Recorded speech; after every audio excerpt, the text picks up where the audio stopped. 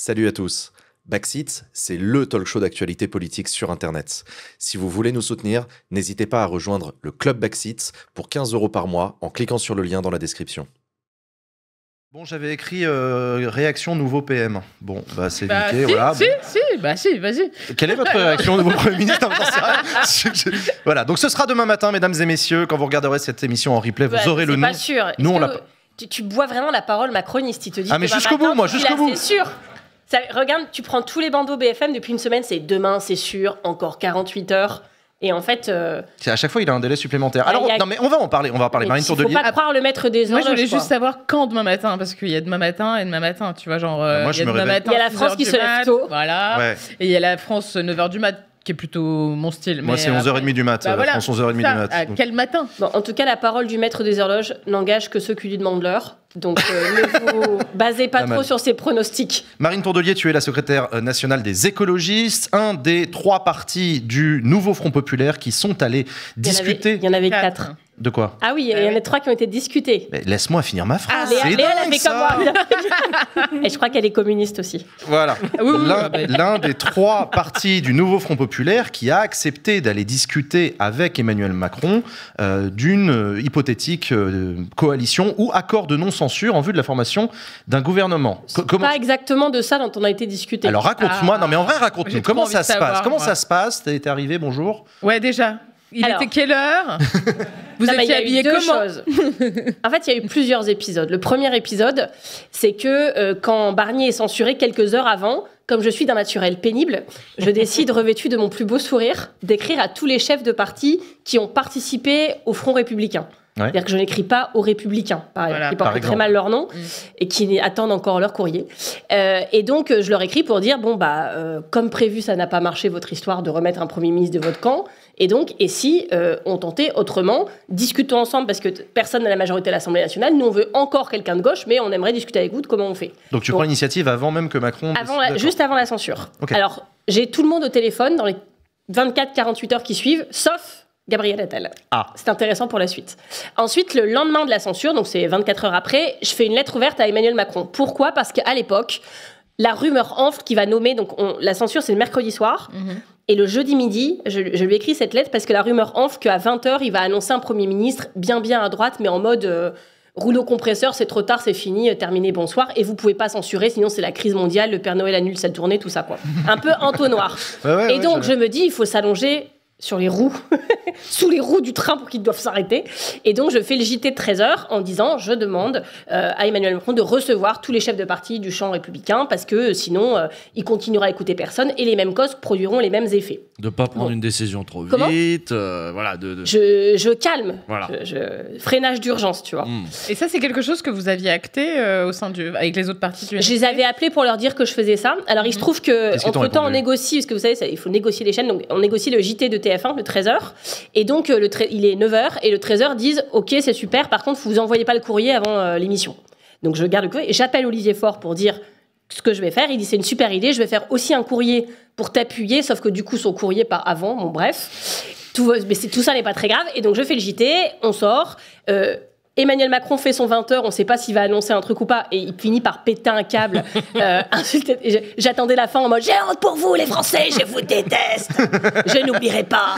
Donc on voit le truc, ok, manifestement il va pas très bien, et on apprend le lendemain qu'il va rencontrer des gens, qu'il va rencontrer donc tous les chefs de parti de son camp, plus les socialistes. Et donc là, je dis, tiens, c'est intéressant. Il y a une sélection, manifestement, dans ceux qui sont fréquentables ou pas. Et donc, je commence à aller sur toutes les chaînes parce que les gens disaient, pourquoi vous n'êtes pas reçus? Et donc, je dis, je sais pas, moi, je vais pas faire une commission d'enquête sur moi-même. Donc, si vous voulez une explication, vous les appelez. Et là, l'entourage de Macron dit aux journalistes politiques qui les appellent, ah, mais c'est parce que Marine Tourdelier, elle n'a pas demandé de rendez-vous. C'est un peu gonflé. Alors, donc, je dis, j'ai quand même fait le JT de 13h et je retrouve que je lui ai envoyé par texto la lettre ouverte. À Emmanuel Macron? À Emmanuel Macron. Ah. Plus par mail et l'adresse qu'on envoie. Bref, je suis à peu près sûre qu'il l'avait. Et donc, j'étais un peu fâchée. Et le vendredi soir, après la journée de rendez-vous, parce que du coup, il y a plein, y compris Roland Lescure, il y en a plein qui m'appellent en disant « Mais pourquoi il vous reçoit pas? C'est pas normal. » Là, je dis « Écoutez, moi, je m'en fous. » Et sur les chaînes de télé, je raconte que c'est les 6 ans de mon fils le lendemain. Et que de toute façon, je rentre à Hénin-Beaumont parce que j'ai la piscine à boules avec tous les copains de sa classe. Il y a un grand hangar à Hénin avec une piscine à boules, des toboggans. C'était super. C'était bien. Donc je dis, écoutez, moi, je n'en fais pas une affaire personnelle, je vais pas me rouler par terre, j'ai piscine à boules en plus, j'ai passé une super journée. Donc je rentre à Hénin. Sur cette entrefaite, j'ai un coup de fil du conseiller politique de Macron qui me dit, vous comprenez, Madame Tournevilliers, on veut vraiment vous recevoir lundi, c'est très important pour nous. Donc je dis ma phrase préférée, soit c'est du manque de respect, soit c'est de l'incompétence, et dans les deux cas, c'est un problème à votre niveau. Non, mais vraiment, bon, je prends le point, bref. Et donc, on décide d'y aller le lundi. Et ce qui est très drôle, c'est que quand je suis rentrée dans le bureau de l'Élysée, donc moi, c'était vraiment pour dire les choses cash, comme d'hab. J'ai les mérites d'être pareil sur les plateaux télé, à l'entrée du rendez-vous, pendant le rendez-vous, à la sortie. Donc, ça se passe exactement comme ça. Et je rentre, et puis Emmanuel Macron dit donc, voilà, vous avez vu, on a reçu vendredi un tel, on reçoit ce matin les communistes, vous, puis le RN est appelé. Alors je dis, je comprends pas, le RN, quand je suis rentrée, je lisais encore à la presse, ils étaient en train de s'énerver parce qu'ils n'avaient pas de rendez-vous. Elle me dit, oui, j'ai fait exprès, ils sont appelés que ce matin pour bien marquer la différence avec les autres. Et donc du coup, je dis, oui, je vois bien, c'est comme vous avez fait entre moi et les socialistes. Et là, il bloque comme ça en disant, bon... Et il fait non, mais c'est parce qu'en fait, je dis non, il n'y a pas d'explication en fait. Le message est reçu, c'est très clair, je vois ce que vous essayez de faire. Et donc il a tout de suite dit non, mais je sais que je n'allierai pas là-dessus avec vous. Donc j'arrête de combattre là-dessus. On va parler maintenant de tout le reste. Et donc c'était un rendez-vous assez cash et qui a le mérite d'exister parce que je trouve qu'on a beau ne pas être d'accord du tout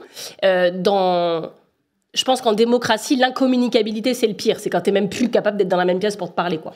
Mais certains de vos partenaires du Nouveau Front Populaire vous accusent de trahir le programme du NFP. Qui aurait pu dire ça ? Les Insoumis vous accusent d'être des traîtres parce que vous allez négocier le programme sur lequel vous avez été élu et que vous allez baisser vos frocs devant le président de la République pour participer à un gouvernement. Le disent pas exactement comme ça. Ça dépend si tu regardes l'interview qu'on a faite la semaine dernière d'Hugo Bernalicis, on n'était pas très loin. Par contre, très souvent, ils vont dire ça sert à rien d'aller discuter avec ce mec qui de toute façon fera comme il a décidé lui et on s'attend tous à ce que ce soit décevant demain. Ah non mais on n'est jamais déçus totalement. Il y a toujours des surprises qu'on n'avait pas prévues quand même. Oui, mais jamais dans le bon sens quand même. Mais vous pressentez quoi là par exemple ? Non mais moi après cette discussion. Juste pour répondre sur la critique des Insoumis, moi premièrement je respecte tout le monde. Si je commentais toutes les minutes ce que je pense de ce qu'ils font, on serait pas rendu et je vois pas l'intérêt en fait de se donner en spectacle. Donc je le fais pas. Je peux comprendre que ce soit pas leur stratégie et je le respecte parce que dans le Nouveau Front Populaire, c'est la biodiversité d'un écosystème, n'est-ce pas ? Chacun y a son poste, joue un rôle différent et c'est ok en fait. Mais j'estime que quand vraiment tu es à fond dans les causes, les gens et les valeurs que tu prétends défendre, tu peux pas dire tant que c'est pas le grand soir où j'ai pas tous les leviers d'action et les pleins pouvoirs pour mettre en œuvre 100% de mon programme, j'attends. Et je trouve que, moi, j'étais encore du coup à Hénin-Beaumont ce week-end, quand tu discutes avec les parents, juste des gamins de ta classe, y a des gens, tu leur mets peut-être pas le SMIC à 1 600 €, mais à 1 500, et peut-être qu'ils prennent, en fait. Peut-être qu'en fait, ils préfèrent qu'on aille toper là-dessus. Mais ça veut pas dire qu'on va être ministre du gouvernement Retailleau, qu'on va négocier je ne sais quoi avec je ne sais qui. Ça veut juste dire que j'ai appris dans la première partie que tu avais dit qu'on n'avait pas gagné les législatives. Ouais. Je suis toujours en désaccord là-dessus, ouais. Non, je te jure, à 200 députés, vous n'avez pas encore gagné les élections. J'ai fait de mon mieux. D'accord. Ouais, je sais.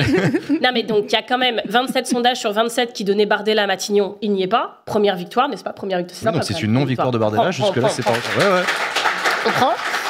Et deuxièmement, on était quand même premier. Donc c'est comme ça. On n'a pas la majorité absolue, t'as raison. Mais ça veut dire qu'il y a 3 blocs à l'Assemblée. Ouais. Le bloc NFP, ça on voit bien. Le bloc des centristes macronistes, là. Et j'appelle ça le bloc facho, mais quand je suis dans le bureau des présidents, je dis le bloc Rassemblement National Ciotti. C'est joliment dit. Et donc, pour gouverner... Moi, je pense pas qu'il faille faire un gouvernement d'intérêt national, de je sais pas quoi. Déjà, un gouvernement d'intérêt général, ça voudrait dire que les autres étaient pour des intérêts particuliers. Remarque, c'est vrai, mais c'est bizarre d'appeler ça. Ça le mérite d'être honnête. C'est ça le mérite d'être honnête. Mais je pense pas qu'en ajoutant des carottes, des navets, des carpes et des lapins, tu fasses un gouvernement, en fait. Donc moi, je pense qu'il faut assumer d'avoir un gouvernement compact et cohérent.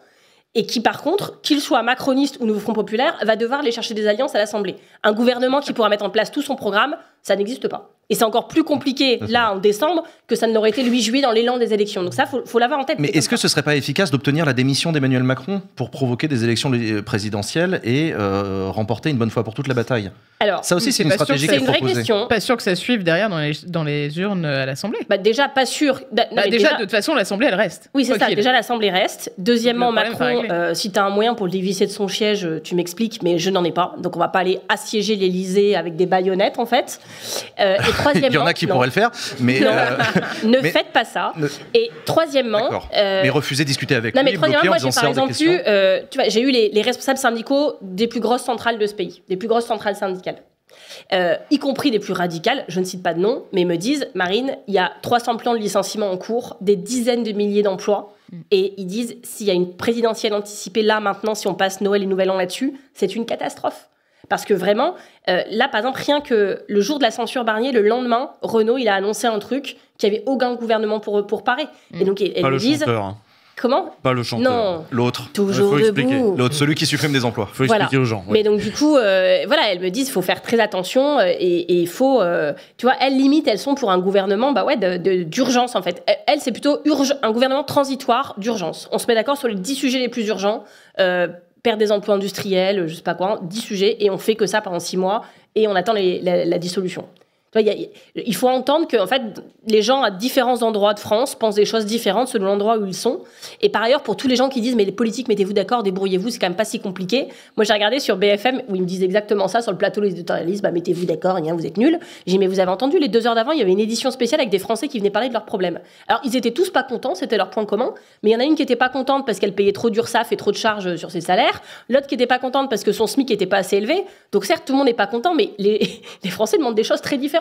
Et ils ont voté pour des choses assez incompatibles. Et donc, c'est normal que ce soit pas facile derrière. C'est pas que de la faute des politiques qui sont nuls, en fait. Il y en a aussi qui sont nuls, par ailleurs. Mais c'est pas juste ça, le sujet. Malek ? 2 questions. Est-ce que tu regrettes d'y être allé lundi au rendez-vous avec Macron ? Et deuxièmement, qu'est-ce que tu lui demandes ? Est-ce qu'on parle d'une composition gouvernementale ? Est-ce qu'on parle de mesures concrètes Non. pour la vie des gens ? Qu'est-ce que tu lui dis ? Alors, moi, je regrette jamais parce que je pense qu'on a toujours su faire de ces rendez-vous quelque chose. Vous vous rappelez les rendez-vous de Saint-Denis, là, on était les chefs de parti, ça durait 13 heures à côté d'Éric Ciotti. À un moment, ils ont servi à manger pour nous restaurer, c'était du pintado. Moi, je suis végétarienne, j'étais là, Le on va pintado, attendre c'est encore dur. quelques heures. Donc, il y a plein de gens qui disaient ça sert à rien, il y aura pas de suite. Sauf qu'en fait, j'y étais et que j'ai pu faire un tunnel de 20 minutes sur l'écologie à un moment et que je me dis, bah, il y a peut-être des gens autour de la table, c'est le seul moment où ils en ont entendu parler dans leur mois. Et je trouve toujours que c'est intéressant. Après, on n'est pas juste là pour faire une thèse et voilà. Mais je trouve qu'Emmanuel Macron, il est quand même poussé dans ses retranchements. Le fait qu'il n'ait pas nommé le jeudi à 20h, mais qu'il ait dû organiser cette réunion, c'est intéressant. Le fait d'avoir tout le monde autour de la table, c'est intéressant aussi parce que, bon, moi, il y avait les Républicains, donc j'ai pu leur dire en face, avec toute mon honnêteté, ma sincérité, que je trouvais qu'ils ne devaient pas être là. D'ailleurs, ils sont venus à 6 parce que c'est tellement de dînes C'était chez probablement eux. réciproque. Vous savez, ils ont une sorte de direction transitoire. Ils sont venus à 6 parce qu'il y a différents... Enfin, on aurait dit les Verts des années 90, quoi. et je leur ai dit, ça les a pas du tout fait rire, cette blague. Vous êtes beaucoup plus drôle. et voilà. Mais t'as Enfin, pris des auteurs, toi Comment ? T'as pris des auteurs ? Non, c'est mes vraies blagues. D'accord, ok. Mais franchement, c'était un rendez-vous assez intéressant. Et puis moi, vous me connaissez, j'étais là. Bon, alors, donc là, si j'ai bien compris, c'est ceux qui ont participé au barrage républicain plus les républicains. Voilà. Et donc je dis, donc votre point commun, c'est normalement de ne pas vouloir que le RN gagne, si j'ai bien compris, et que j'oublie le communiqué de presse de Matignon qui cite Le Pen et tout ce que vous avez fait pendant 3 mois. Bon, soit. Vous expiez vos péchés et vous voulez faire autre chose, j'entends. Mais du coup, est-ce que vous avez compris que si vous ne changez pas de politique en 2027, c'est ça qui va arriver ? Et c'est là, non, pas vraiment, si. Et là, en fait, ce qui est intéressant, c'est qu'avec Faure et Roussel, on n'a pas le même tempérament, on n'a pas le même langage, mais dans ces passages de relais-là, tu peux toujours compter sur un des deux pour reprendre le bâton derrière. Vous étiez unis tous les 3 ? Alors, on n'est pas du tout aux mêmes endroits, Ah. mais c'est jamais le cas, il nous éclate. Moi, j'étais à côté d'Emmanuel Macron, je crois qu'il m'avait mis là pour m'avoir à l'œil, tu sais, un peu genre... Il y avait Gabriel Attal d'un côté, mutique. Il a parlé 1 fois 45 secondes, je sais pas... Il a dit quoi ? Qu'il n'avait pas de ligne rouge, sauf LFI et notre programme, apparemment. Non, ça c'était Laurent Wauquiez. Non, mais sympa. Ça, c'était Laurent. Convivial. Mais convivial. ils étaient tous là en mode, je n'ai pas de ligne rouge, mais oui, je crois que ce que tu vas prononcer s'appelle une ligne rouge, mais c'est pas grave. Ouais. Et donc voilà, nous on est. Alors ce qui était intéressant, c'est qu'on s'était bien calé avant avec les socialistes et les communistes, malgré les choses où on n'est pas d'accord. Hein. Et en fait, on est arrivé en disant, nous on a une proposition. Et c'est ah bon, qu'est-ce qu'ils vont dire ? Un Premier ministre macroniste ? Ah non, raté les gars. On veut un Premier ministre, alors je dis moi, issu de la gauche et des écologistes, du Nouveau Front Populaire, et je dis arrêtez de nous dire Jean-Yves Le Drian, je sais pas quoi, parce qu'il a été socialiste il y a 10 ans. Hein. Je dis Gabriel C'est Attal, clair. il n'était pas Premier ministre de la NUPES, alors qu'il a eu sa carte au MJS. D'ailleurs, il a dit non, j'ai jamais eu ma carte au MJS, donc j'ai dit, t'aurais pu, Gabriel. Et donc tout le monde s'est marré dans la pièce. Donc j'ai dit, quand on dit issu des grands de la gauche et de l'écologie, c'est genre de maintenant, quoi. C'est pas de il y a 10 ans, voilà. Et on dit, donc, En échange, puisqu'il faut un compromis, n'est-ce pas, on s'engage à pas utiliser le 49.3. Alors c'est peut-être un détail pour vous, mais en fait ça veut dire beaucoup. Ça veut dire que tu es obligé de respecter la démocratie parlementaire. Donc ça veut dire, oui, que tu peux pas appliquer 100% de ton programme, mais de toute manière, c'est pas possible en fait. Donc ça tombe bien. Et tu quelque part, tu prouves à ceux qui disent mais qu'est-ce qu'ils vont faire, tout va nous échapper. Bah non, parce que le Parlement pourra faire son travail et ça nous changera depuis les dernières années. Et une fois que tu as dit ça, donc tu le dis, l'autre leur dit, on est déjà 3 à l'avoir dit sur 6 tours de parole, donc ça commence à un. Puis après, tu dis, mais par contre, moi, au milieu de la réunion, je réinterviens en disant, mais j'ai pas bien compris, par contre, comment on était venu pour faire des compromis. J'en ai entendu aucun à part celui que nous on vient de faire, donc j'aimerais comprendre en fait quel compromis vous proposez, à part que ce soit encore vous, encore avec votre politique, alors que vous avez perdu les élections. Oui, non, mais en fait, nous, et puis ça repart pour un tour où t'as rien compris, et je trouve qu'on a été bon, et que d'ailleurs, quand tu regardais le film à la sortie, ça renvoyait quand même Macron dans ses 33. Et l'avantage, il va nommer qui il veut. On le connaît, on va pas faire semblant que parce qu'on lui a parlé 3 minutes, il a changé d'avis. Mais il pourra plus dire, vous avez Michel Barnier ou Retailleau ou je sais pas qui, et c'est à cause du NFP qui a pas voulu faire de concessions, qui est inflexible, parce que c'est ça, moi, qui m'a blessée, en fait, cet été. Ça s'est fini comme ça devait se finir. Le mec n'a jamais eu l'intention de céder le pouvoir. Mais il a pu dire, et dans l'opinion publique, ça a eu prise un peu, que c'était à cause de nous. Et ça, il faut pas retomber dans ces pièges-là. Et il y a un sondage qui est sorti hier qui est assez intéressant. Vous savez, quand on fait ça, on se met en risque. Les insoumis disent trade, vendu, machin truc, c'est retweeté. Moi, j'ai l'impression d'en avoir moins pris dans la gueule que d'autres, mais quand même, c'est pas agréable.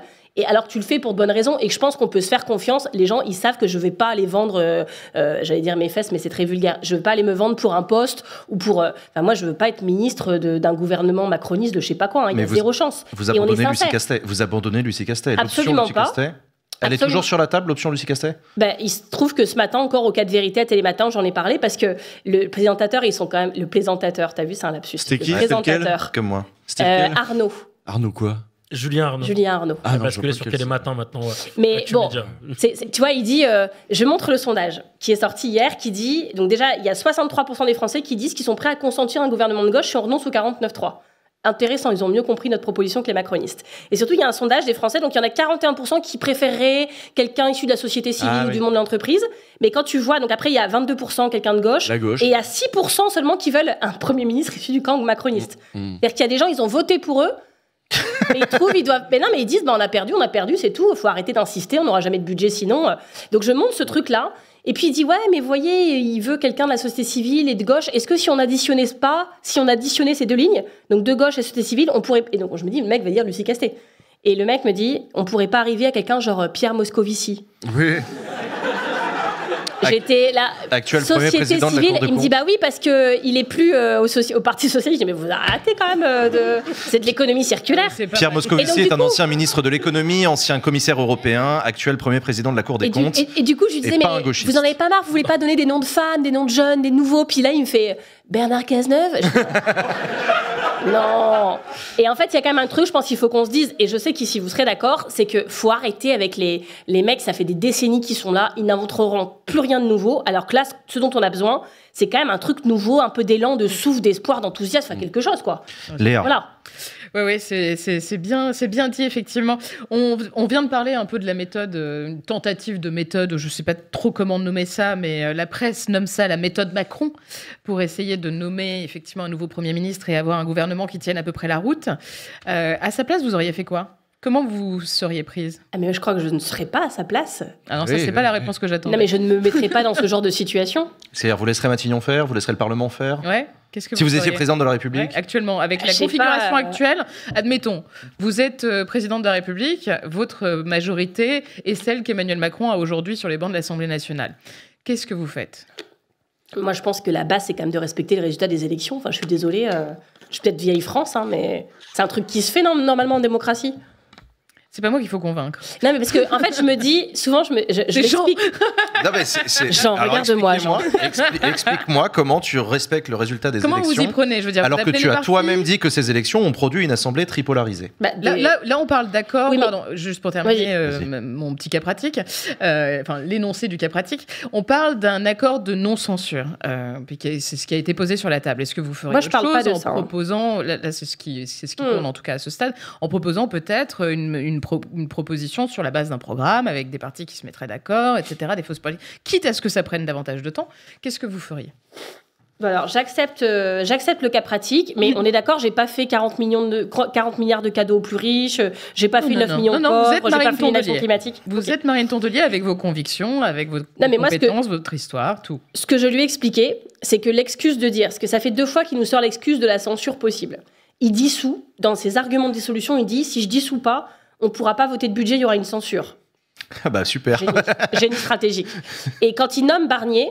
Après, je vous rappelle tout un été où il se fout de notre gueule quand il dit non mais malheureusement je ne peux pas nommer de Premier ministre en juillet en août parce qu'il y a les Jeux Olympiques. Mais pourquoi tu fais une dissolution en juin, Emmanuel ?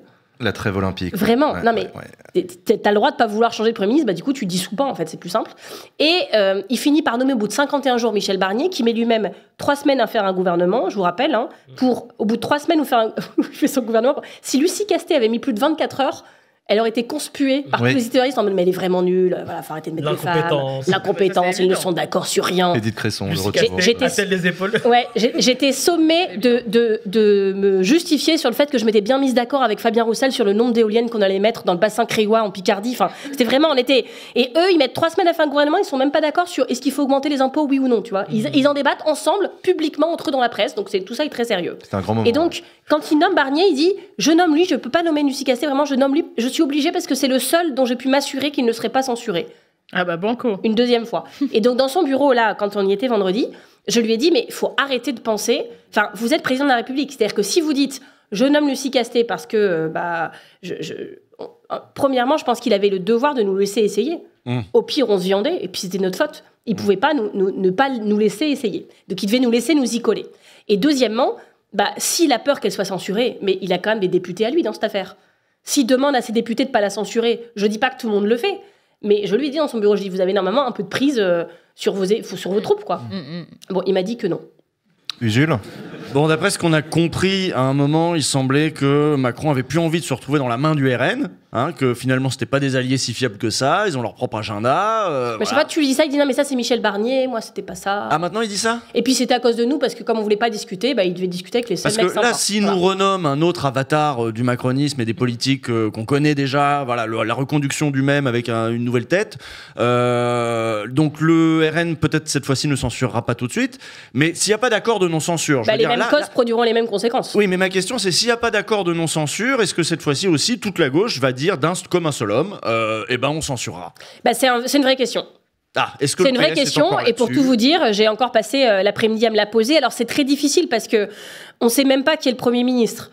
Alors si c'est Retailleau, c'est peut-être pas pareil que si c'est, je trouve pas de nom bien en fait, hors du NFP. T'as pas envie de te mouiller aussi sur un nom parce que... Un truc qui ressemble un peu plus aux socialistes dans l'esprit, Laurent Berger qui accepterait d'y aller. Non mais Laurent Berger, non, je sais, il veut pas, mais bon. Non mais on a dit tout à l'heure la région, ce sera peut-être Berger, je pensais Aurore Berger, j'ai eu peur, mais après c'était Laurent Berger. Waouh, tu m'as fait peur, moi. Bah ouais, ils ont tous les mêmes noms, comment va-t-on faire ? Tu trolles. Non mais il y a un truc où... tu vois, par exemple, nommer Cazeneuve ou je sais pas qui, d'ex-socialiste, pas trop, mais un peu encore... Sapin, allez.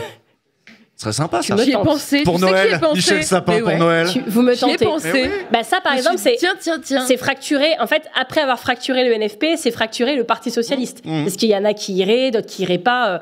Donc voilà, là, ce qu'on voit, par contre, c'est que depuis qu'il y a l'option Roland-Lescure qui circule, c'est à couteau tiré au sein du camp macroniste. Où c'est... Moi, il y avait des gens de l'UDI dans les Hauts-de-France, là, au Conseil régional, qui venaient en disant « Surtout pas Bayrou, il faut faire quelque chose, interposez-vous ». Et en fait, tu vois que c'est un camp, quand même, nous, parfois, on a nos défauts, ok, mais chez eux, c'est pire, quand même. Ah bah voilà. Donc, il y a un truc comme ça. Donc, voyons qui nomme. En fait, il y a 2 solutions. Dire on censure tout de suite, et on censure jusqu'à ce qu'il nomme quelqu'un du NFP, ce qui risque peut-être de ne jamais arriver. Et moi, je vois bien, y compris la CGT, la CFDT, qui disent tel plan, tel truc, attention, il y a urgence. Là, j'avais quelqu'un qui m'écrivait, qui est, vous savez, croupier à Paris. Vous demandez le rapport avec la choucroute, mais quand tu es croupier dans les casinos, en fait, les salons de jeu, il y a une exception qui a été votée pour 3 ans pour qu'il puisse y avoir des salons de jeu à Paris, ce qui était interdit, parce que normalement, les casinos, vous savez, c'est que dans les... Bien sûr, c'est des... Voilà. Ouais. Et donc, si au 31 décembre, il n'y a pas un texte financier qui réautorise ça, il y a 1500 emplois, les 1500 personnes employées des salons de jeu de Paris, qui n'ont plus de contrat. Il n'y a pas non plus de chômage partiel, technique. Et moi, je commence à recevoir beaucoup de gens qui m'écrivent en disant, nous, s'il n'y a pas de la loi spéciale, ça couvre pas ça, quoi. Il y a même, par exemple, les grandes associations environnementales qui disent la loi spéciale, ça va reconduire les trucs de base, mais nous, nos subventions, c'est pas dedans. On a vu aussi des agriculteurs qui ont, pour certains, attaqué des voilà. Et je pense que là, on est tranquille dans l'émission, on passe une bonne soirée, mais quand on va arriver le 28 décembre, le 29 décembre, ça peut devenir très explosif. Donc ça, il faut quand même l'avoir en tête. C'est de la politique, c'est pas de la politique fiction, c'est pas un jeu vidéo, c'est la vraie vie des gens. Donc il y a ça. La deuxième chose, c'est que il y a ce que je vous disais tout à l'heure. Est-ce que on dit c'est tout le programme, rien que le programme, et tant qu'on n'a pas tout notre programme, et on préfère avoir rien et pouvoir dire que vous êtes des gros connards. Non, mais l'alternative, c'est pas où tu viens d'imiter Jean-Luc Mélenchon, là. Non, je fais beaucoup mieux. Non, mais l'alternative, c'est pas soit tout le programme, soit la trahison. C'est que là, l'alternative, c'est est-ce que la gauche gouverne et peut réparer des trucs qu'ont fait les macronistes, là. Non, mais gouverner, il faut nous nommer. S'il le fait pas, il fait pas. Que veux-tu que nous fassions?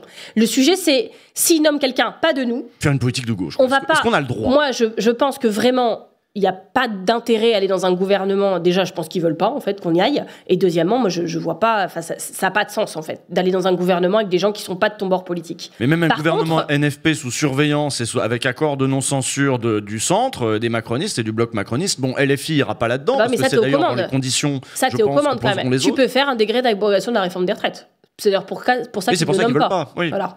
Mais je pense que quand même être aux commandes, ça se prend, même quand c'est dans une configuration complexe. En fait, on ne peut pas dire « Ah, c'est trop compliqué, on n'y va pas ». Tu vois, la vie, c'est compliqué, en fait. La vie politique est compliquée. Et là, on sait bien qu'il va falloir sortir de sa zone de confort anyway. Mais par contre, la seule question qui se pose, c'est si c'est un gouvernement macroniste...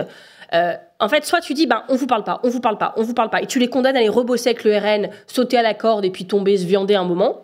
Soit tu dis, moi ça c'est ma ligne aujourd'hui, c'est que je vois pas comment ils nous convainquent de pas voter la censure. Je vois pas, le prix est tellement élevé par rapport à là où ils sont et là où on est, je vois pas. Mais peut-être que si tu dis, on veut l'ISF, l'abrogation de la réforme des retraites, le SMIC à 1 600 € et l'école intégralement gratuite, et la reconnaissance de l'autorité de l'État palestinien. Je fais une sorte de liste au Père Noël, et j'ai oublié plein de trucs, la loi climat, interdiction de la pub pour les SUV. Ils disent oui, ah là, c'est vraiment dur, ah non, mais on n'a pas le choix. Tu vois, est-ce que tu prends ou est-ce que tu dis non, on te censure quand même et du coup, t'as rien? Mais ce chemin s'ouvrira-t-il? Je n'en sais rien. S'il nous nomme un Premier ministre de gauche comme demandé, je sais pas, il dit allez Olivier Faure parce qu'il veut continuer Macron à casser la gauche comme il peut. Et voilà, il la casse pas, il lui donne les clés du camion, c'est autre chose. Oui, mais dans quelle mesure? Parce que j'étais avec Olivier Faure au téléphone tout à l'heure, il n'a pas été appelé pour être Premier ministre. Non, je vous confie, au risque de vous décevoir. Dans l'accord de non-censure, pourrait y avoir comme condition de vous me gardez quelques ministres macronistes, spécialement dans des postes régaliens importants, mais je vois pas, à Bercy. On va pas faire Olivier Faure avec Retailleau, ministre de l'Intérieur. En fait. Non, mais même sans LR, mais au moins avec des macronistes et avec donc un Premier ministre de gauche. Mais les macronistes, ils sont de plus en plus de droite quand même. Mais oui. Mais attends, c'est pour ça qu'il suffit qu'ils soient au bon poste. Du coup, qu'est-ce qui reste en fait? Excuse-moi, mais il reste nous, comme d'habitude. Oui, c'est ça, d'accord, avec 200 députés. Oui, mais tu peux faire, je vous refais mon plan de départ. Je suis désolée, il n'est pas parfait, mais j'en ai pas d'autres. Donc voilà. C'est Premier ministre issu des rangs du NFP. Et Lucie Castet, moi j'ai encore dit ce matin, si on nous demande un nom, c'est celui-là qu'il faut donner. Ouais. Après, il peut nous en proposer d'autres, du moment que ce n'est pas des provocations comme tous ceux qu'il a proposés jusque maintenant, on peut regarder. Donc Premier ministre du Front Populaire, gouvernement compact et cohérent avec des gens qui ont travaillé ensemble sur ce projet, qui sont alignés avec le projet. Et uniquement du NFP. Et tu t'engages à pas faire le 49.3. Et donc, comme tu t'engages à pas faire le 49.3, tu peux aller discuter d'un pacte de non-censure et en fait, tu sais qu'il y a des choses que tu pourras pas faire passer. C'est comme ça. Tu t'empêches d'utiliser la seule arme qui te permet de te sortir d'une solution inextricable. Mais moi, je suis pas pour les armes. Ok. Non, mais je pense qu'il faut mieux convaincre. Ça me paraît au mieux naïf. J'aime bien l'idée. Oui, mais si tu te dis que tu vas faire le 49.3, en fait, déjà, ils te nomment pas. La première chose. Et la deuxième chose, c'est qu'ils te censurent direct. Mais t'en as besoin pour pouvoir faire pression.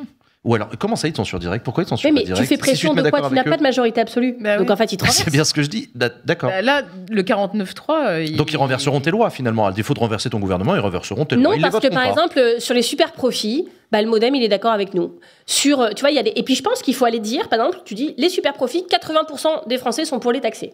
C'est pas des choses qui sont liées à un mérite, un talent, c'est ça te tombe du ciel, t'en rends 20%, rends l'argent. Bon, tu dis, 80% des Français sont pour. Alors, on va faire voter. Ah, toi, Jean-Michel, tu ne veux pas voter, Jean-Michel, es-tu sûr? On va donc l'écrire au compte-rendu, donc toute la France, regardez, Jean-Michel ne veut pas taxer. Tu vois, tu mets un peu les gens face à leurs responsabilités.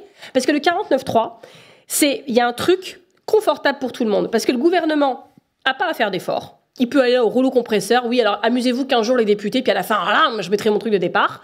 Et pour l'opposition, c'est confortable aussi. Parce que tu fais tes trucs, tu fais ton sketch, tu dis quoi, non, tu peux faire passer des trucs qui sont inapplicables, tu dis bah, on s'en fout, on l'a fait adopter. Tu vois, c'est pas responsabilisant. Et donc, alors c'est marrant ton truc d'armes parce que j'ai entendu quelqu'un autour de la table dire oui, on fait ça parce que sinon. Vous avez en fait, on vous demande en échange l'accord de non-censure parce que sinon, nous, on n'a plus qu'un pistolet à eau, vu qu'on n'a plus de 49.3, et vous avez un pistolet avec des vraies balles. Donc, il faut un désarmement bilatéral. C'est pas faux. Non, c'est là où Édouard Philippe, j'ai entendu que Marine Le Pen l'avait dit aussi, il ne faut pas rendre des armes constitutionnelles parce qu'on en a besoin.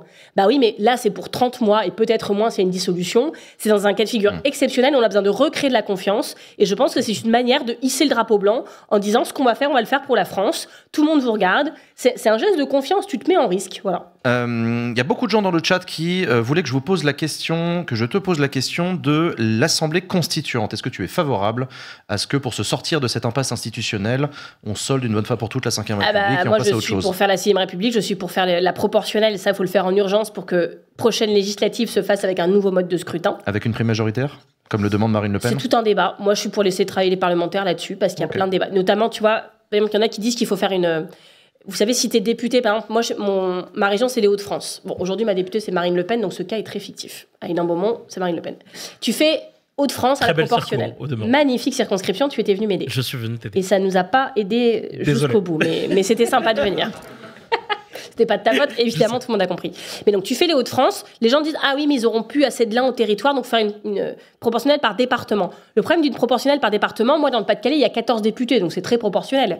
Mais les départements où tu n'as que 2 députés, bah en fait, ça veut dire qu'il y a des territoires qui auront accès à la proportionnelle parce qu'ils ont 14, 15, 20 députés, et des territoires où ce ne sera pas vraiment la proportionnelle, parce que quand tu n'as que 2 députés à la proportionnelle, ça reste quasiment un scrutin uninominal à 2 tours. Et donc, nous, on est pour une proportionnelle par région.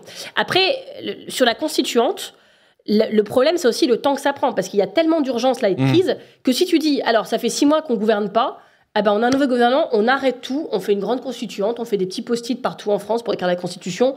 Bon, je pense qu'il y a quand même quelques trucs un peu urgents à faire, et notamment sur les sites industriels à sauver, là, dans les semaines qui viennent. Peut-être commencer par une convention citoyenne sur le renouveau démocratique, par exemple. Exactement. J'ai lu un livre là-dessus. Coliseum, je ne sais pas si vous avez vu. C'est Thomas Bronek, qui est un ancien journaliste, qui a sorti un livre. Et ils font c'est la France, mais genre dans 10 ans, c'est encore plus avancé. Donc déjà, il y a des féministes extrémistes qui tuent des mecs. À chaque féminicide, elle tue un mec au hasard en France et elle laisse le nom de la nana qui a eu le féminicide sur son corps en mode ça c'est pour Elsa, ça c'est pour Elodie, et les mecs disent mais c'est hyper injuste, il a rien fait, elle non plus. Oui mais là il pouvait pas se défendre, elle non plus. Et donc il y a un truc, tu vois, on est arrivé à ça votre projet, Marine Tondelier. Et surtout il y a une convention citoyenne qui a une grosse crise démocratique, et donc le président qui est élu, il dit bah moi je suis élu pour tout changer. Et donc convention citoyenne, et la convention citoyenne demande que les présidentielles se jouent maintenant dans une émission de télé-réalité. Ah oui. Oh génial, sur Backseat. Voilà. Ouais. Et il y a un grosse bronca des députés qui n'acceptent pas, mais le président demande à chaque formation politique de faire sa primaire par télé-réalité. On va dire. À réfléchir. Malek. J'ai pas dit qu'il fallait faire ça. Mais... Tu parlais de confiance, de crise démocratique. Tu penses quoi là de l'État dans la tête de plein de Français et de l'électorat d'ailleurs du Nouveau Front Populaire après cette séquence des 6 mois? T'en as plein qui sont allés, des fois même pour la première fois, aller voter en juin. Et on les en remercie. Et on les en remercie. Est-ce que tu penses qu'ils y retourneront? Est-ce que la séquence n'a pas fini par redégoûter des dégoûtés? Ah bah si, c'est le cas d'à peu près toutes les séquences politiques depuis 50 ans malheureusement, parce que c'est ça aussi des élections, c'est que tu remets t'as l'impression que tu peux changer le monde et t'y vas, et souvent ça ne suffit pas. Donc ça c'est hyper désespérant, y compris pour nous, hein, parce qu'on s'est quand même un peu donné dans cette affaire. Moi, ce qui m'embête le plus, en fait, c'est de voir les gens se déchirer, et en fait, on a le droit de pas être d'accord. C'est OK, en fait, on n'est pas dans les mêmes partis. Donc, c'est sûr qu'un insoumis, un socialiste, ils vont pas partir en vacances ensemble. Si. Il y en a. Est-ce qu'ils reviennent de vacances ensemble? Non, ça c'est pas sûr. Voilà. Ça c'est pas sûr. Non, mais et on n'est pas obligé d'être amis tout le temps et d'être d'accord sur tout, mais il y a un truc de respect et de. Moi, j'ai des Jean, concepts... on est déjà parti en vacances ensemble. Je suis pas socialiste. Hein. T'es pas insoumis non plus que je sache. Ça s'embrouille déjà, j'imagine. Non, mais je pense qu'il y a un truc élémentaire. Je vous ai parlé tout à l'heure de la biodiversité. J'essaye d'appliquer des concepts écolos à chaque fois. Là, je vais vous parler d'efficacité énergétique. C'est qu'en fait, quand dans ta vie militante, on va dire sur 24 heures, on doit militer à peu près 20 heures quand on est chef de parti. Et si t'en passes la moitié à embrouiller les autres de ton propre camp politique, en fait, je vois pas l'intérêt. Et moi, j'en ai marre qu'à chaque fois je fasse un plateau télé, tout ça pour me dire que pensez-vous d'Olivier Faure qui a dit sur Jean-Luc Mélenchon, qui avait dit sur Olivier Faure, qui avait lui-même dit sur Jean-Luc Mélenchon. Bah rien, en fait, je m'en fous, ça me saoule. J'ai un avis personnel. Mais tu vois, à un moment, faut arrêter de se donner un spectacle. Moi, j'ai pas envie que les autres soient avec des pop-corn en train de dire alors que va faire le NFP aujourd'hui. Vraiment, on sort les pop-corn, on va encore se marrer. J'en peux plus de ça. Et s'engueuler. Voilà. Malek. Sous les fenêtres de ton parti, il y a une jeune génération qui est venue dire ne nous trahissez ils pas. étaient venus crier. Oui, et la jeunesse exige le Front populaire. Et j'ai cru comprendre que ça avait accéléré les négociations. Ah oui, parce que ceux qui étaient là en train de dire non, mais la virgule, est-ce qu'on la met là? Il y a 600 mecs derrière qui vont bientôt finir par cramer les poubelles. Et ils auront raison. Et je disais, si quelqu'un veut aller sur le trottoir partir, c'est vrai. Et je disais, s'il y a des gens qui veulent partir et expliquer sur le trottoir aux 600 personnes que parce que leur nom était après le deuxième au lieu du troisième, ils veulent partir, je vous souhaite bon courage. Et j'avais ouvert la fenêtre en disant chantez plus fort, chantez plus fort. Et ça a un peu accéléré. Mais avec ce donc ne nous trahissez pas, avec cette jeunesse qu'a exigé le Front populaire, c'est quoi là le travail pour qu'on y arrive enfin et qu'on change la vie des gens? Alors la première question, c'est quoi trahir? Est-ce que trahir, c'est avoir pu appliquer que la moitié ou un quart de ton programme, ou avoir dit je voulais tout et je lâcherai rien, et à la fin t'as rien, mais t'as rien lâché, mais t'as rien. Donc tu vois, ça c'est des gens peuvent philosopher 6 heures, et surtout moi ce qu'on leur doit c'est de préparer les prochaines élections. Et je vous avoue que vous avez peut-être vu qu'avec Lucie Castet on a lancé un petit move. J'allais y venir. Bah j'y réponds maintenant ou pas, comme tu veux, je ne veux pas perturber. Non mais alors pour ceux qui nous écoutent, effectivement il y a une semaine, Lucie Castet et toi avez lancé une initiative toutes les deux pour trouver aussi une issue pour l'avenir de la gauche qui passerait selon vous deux par une candidature commune au nouveau Front populaire à l'élection présidentielle. Est-ce que tu peux nous raconter d'où vient cette initiative? Qu'est-ce que vous avez voulu faire avec Lucie Castet?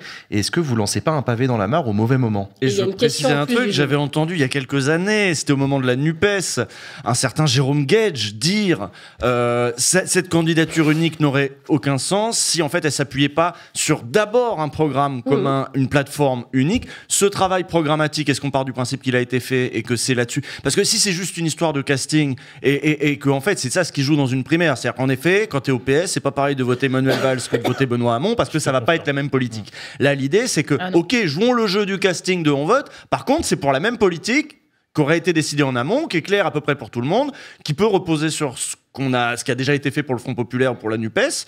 Est-ce que c'est ça l'idée, de garder quand même, en gros de rester sur une gauche de rupture, ou de encore refaire le match avec la droite du PS, avec les Glucksmann, etc., qui voudraient qu'on rompe avec la rupture? Marine Tondelier. Ça fait beaucoup de questions.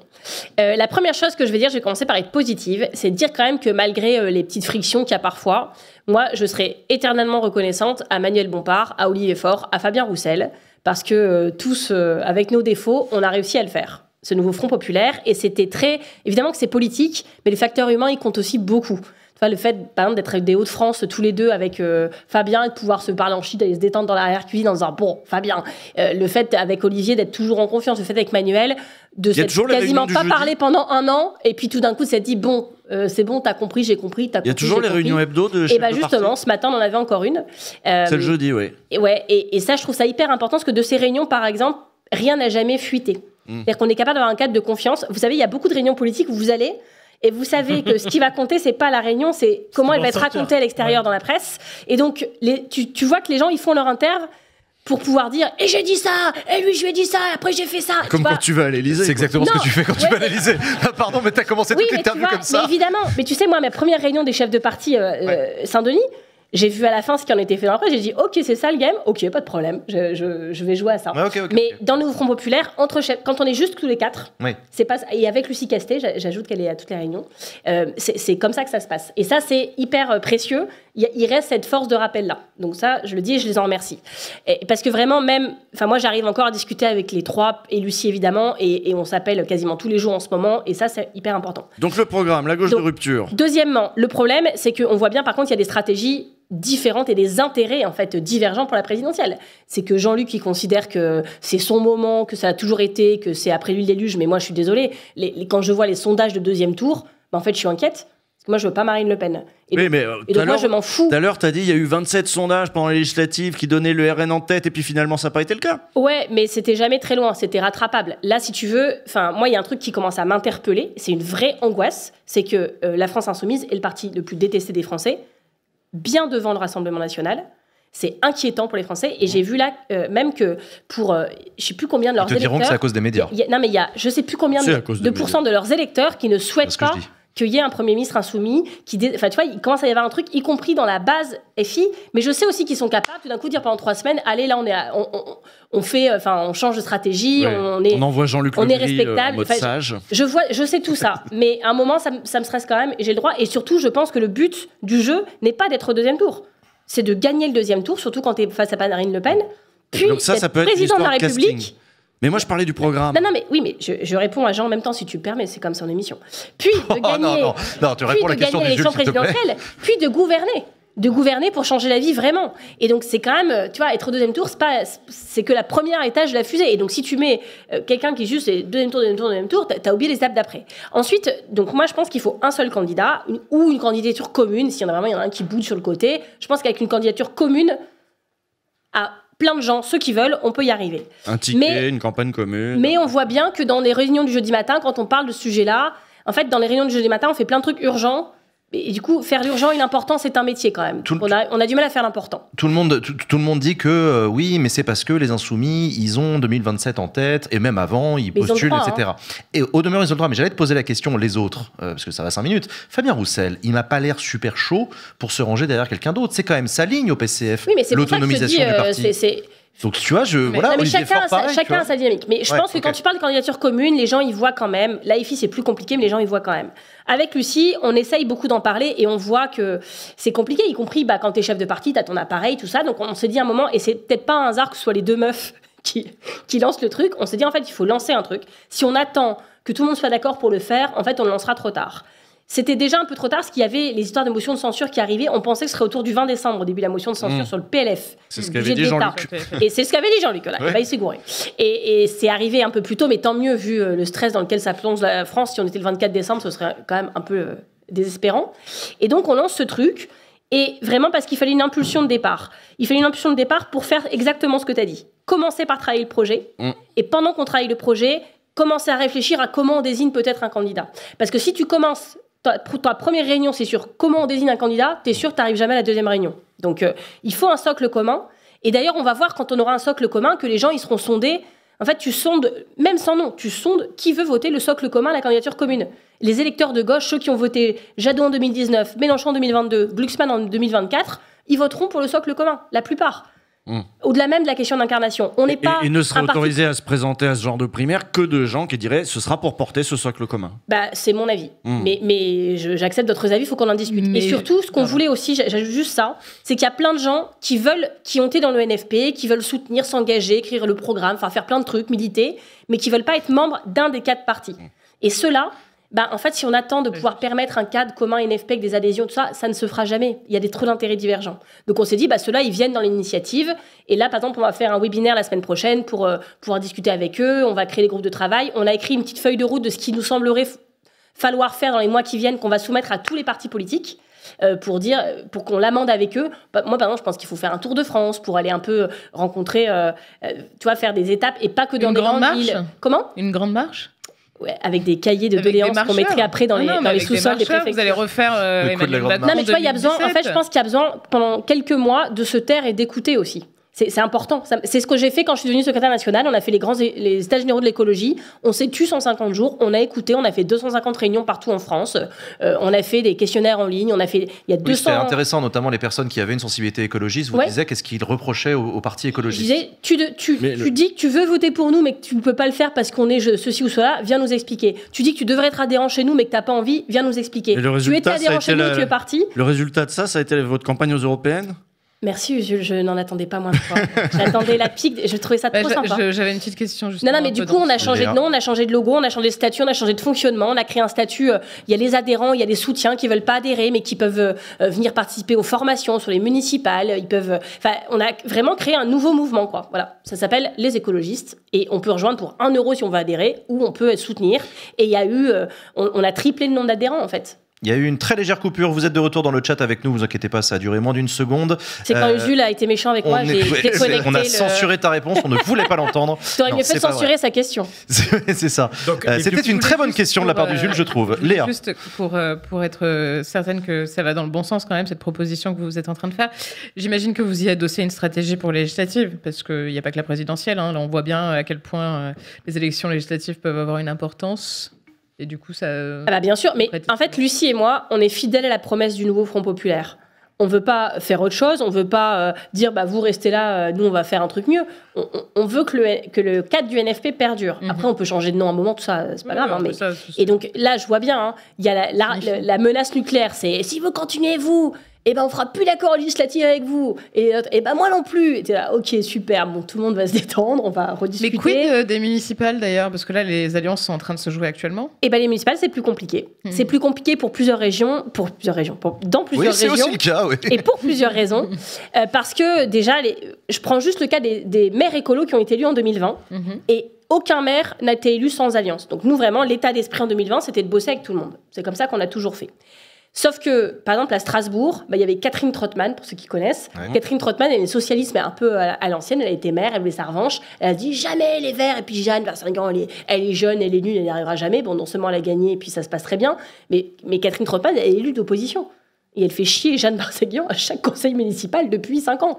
Et donc, Jeanne n'a pas envie, je pense, de faire une municipale avec Catherine Trottmann, et Catherine Trottmann non plus. Et ça n'a rien à voir avec moi et Olivier Faure. Ce que tu veux dire, c'est qu'il y a des contextes locaux un peu compliqués. À Bordeaux, c'est Philippe Poutou qui était pour l'AFI, et Pierre Urmic, je ne sais pas si vous voyez. Donc, déjà, Bordeaux, c'est une ville un peu plutôt centriste et tout.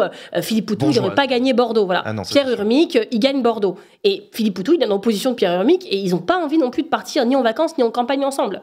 Et donc, il y a des villes où, par ailleurs, y compris électoralement, le nouveau Front Populaire, stratégiquement, n'est pas la bonne chose à faire. Ah bon ?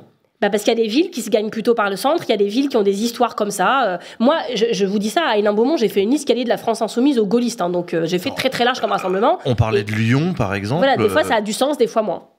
Lyon, ça s'est bien passé pour vous quand même. Exactement. Tu vois, et on disait toujours que Lyon était toujours très modéré, plutôt à droite. C'est centriste, Lyon. Ouais, centriste, tu vois, bourgeois centriste. Les écolos, vous avez été élus. Oui, mais tu vois, par exemple, les ils étaient divisés. Je vais essayer que personne se sente ciblé. Non, mais vas-y. Les insoumis, ils sont pas insoumis pareil dans toutes les villes. Et les socialistes, ils sont pas non plus socialistes pareil dans toutes les villes. C'est le moins qu'on puisse dire. Voilà, c'est bon, j'ai insulté personne. Vous les Verts aussi, peut-être. On n'a fait que constater la réalité. Et les Verts aussi. Mais tu vois, il se trouve qu'à Lyon, il y a des adjoints insoumis. Je pense qu'ils sont. Ce que je lis dans la presse, c'est qu'ils se sentent respectés dans leur boulot d'adjoint. Je pense que les Verts, ils savent quand même faire ça, c'est-à-dire faire vivre un collectif. C'est pas un parti hégémonique, les Verts.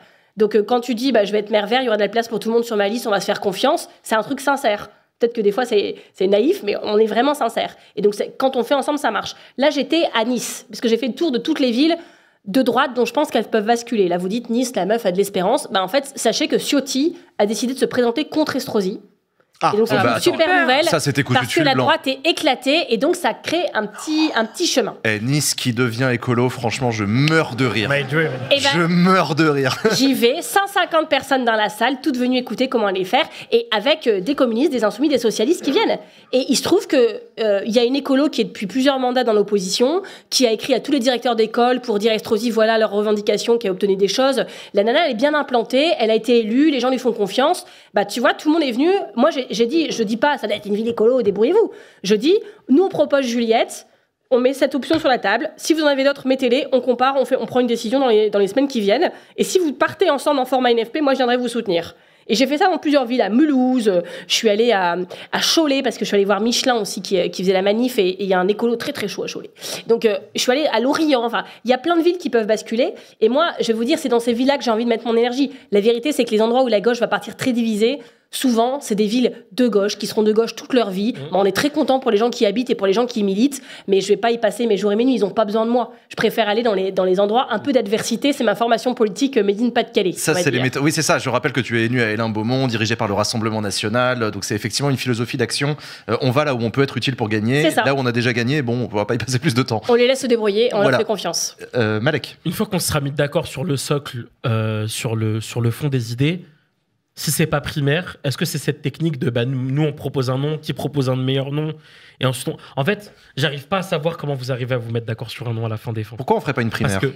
Parce que les insoumis voudront jamais d'une primaire.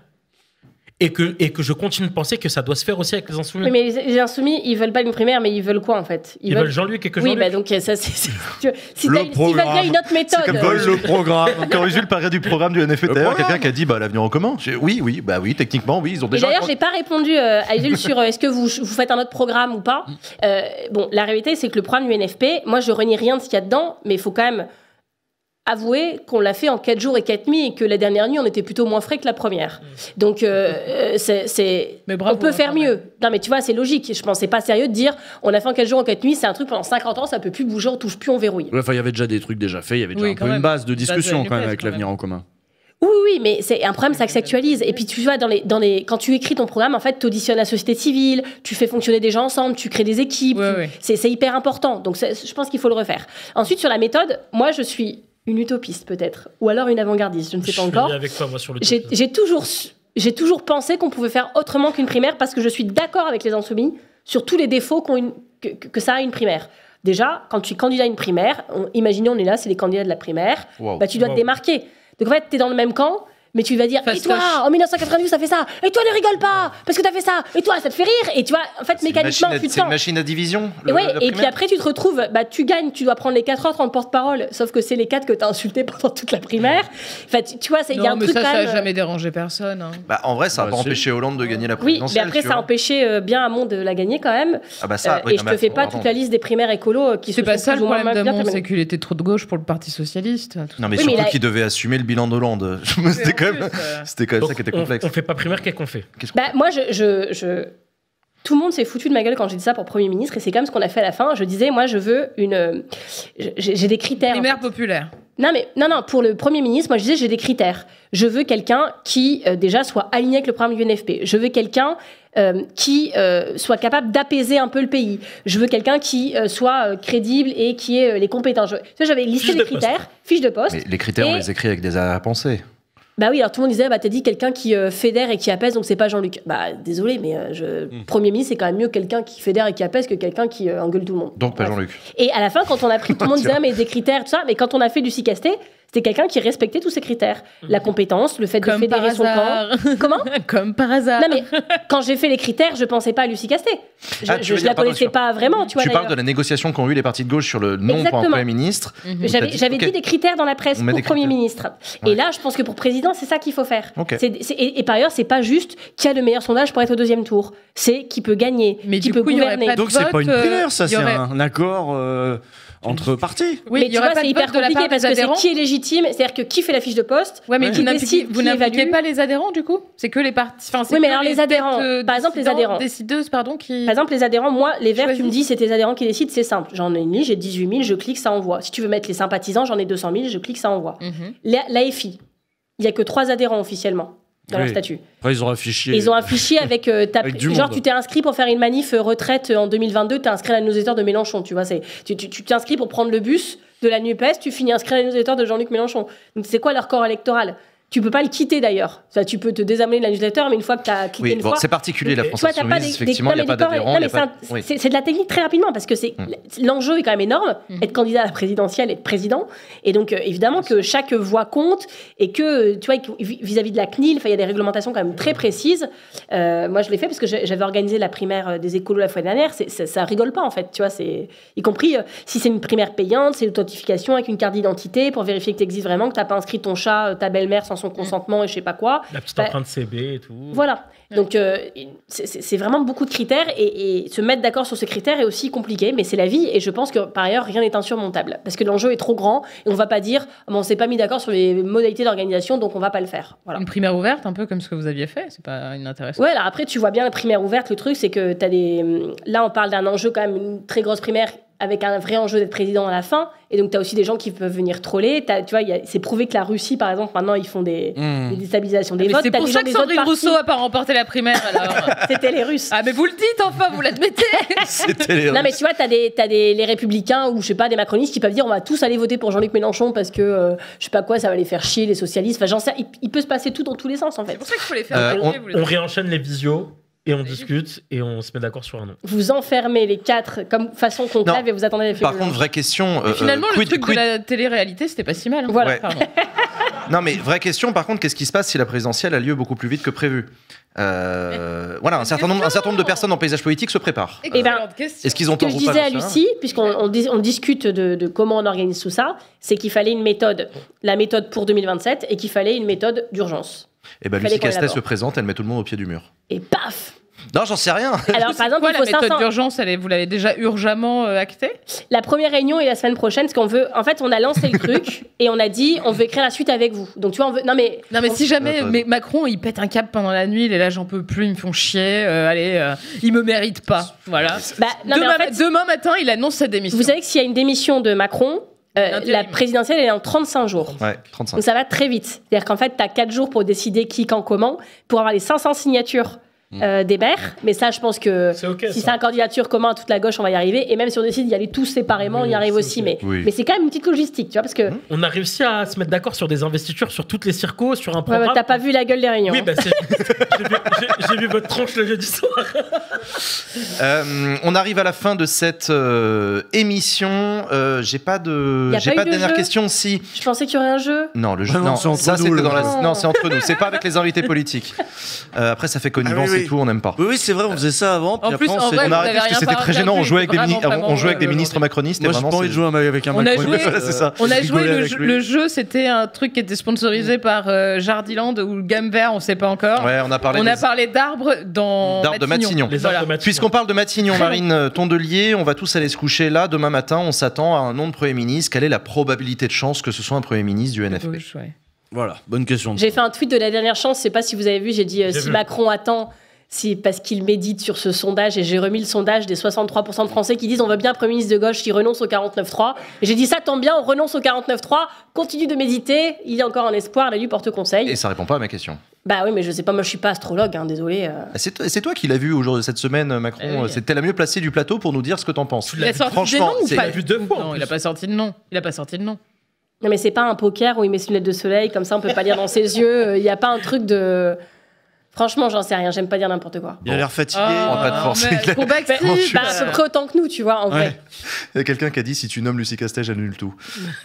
Envoie-lui comme texto. Non, Bon, mais sur Lucie Castet, c'est intéressant ce qu'il nous a dit que c'était qu'il avait trouvé parce le 23 août, le jour de mon anniversaire, on était donc tous dans le bureau d'Emmanuel Macron avec Lucie Castet, tous les chefs de parti et tous les présidents de groupes parlementaires. On était 12. Chanceuse. Et, Ça devait être sympa. Pas de piscine à boules. et il a fait passer genre une sorte de grand oral de l'ENA, mais genre devant nous, c'était et Ah, elle c'est était très très gênant. forte. Elle nous avait raconté. Et voilà, il a reconnu elle était vraiment chouette, enfin, tu vois, qu'il n'y avait pas grand-chose à redire, en fait, mais que c'est son camp qui allait censurer. Donc j'ai envie de dire aux macronistes, voilà, lâchez l'affaire, laissez-la. Puis, au pire, ça marche pas. Ils pourront dire qu'on était nuls, mais laissez-nous essayer. Elle a été appelée?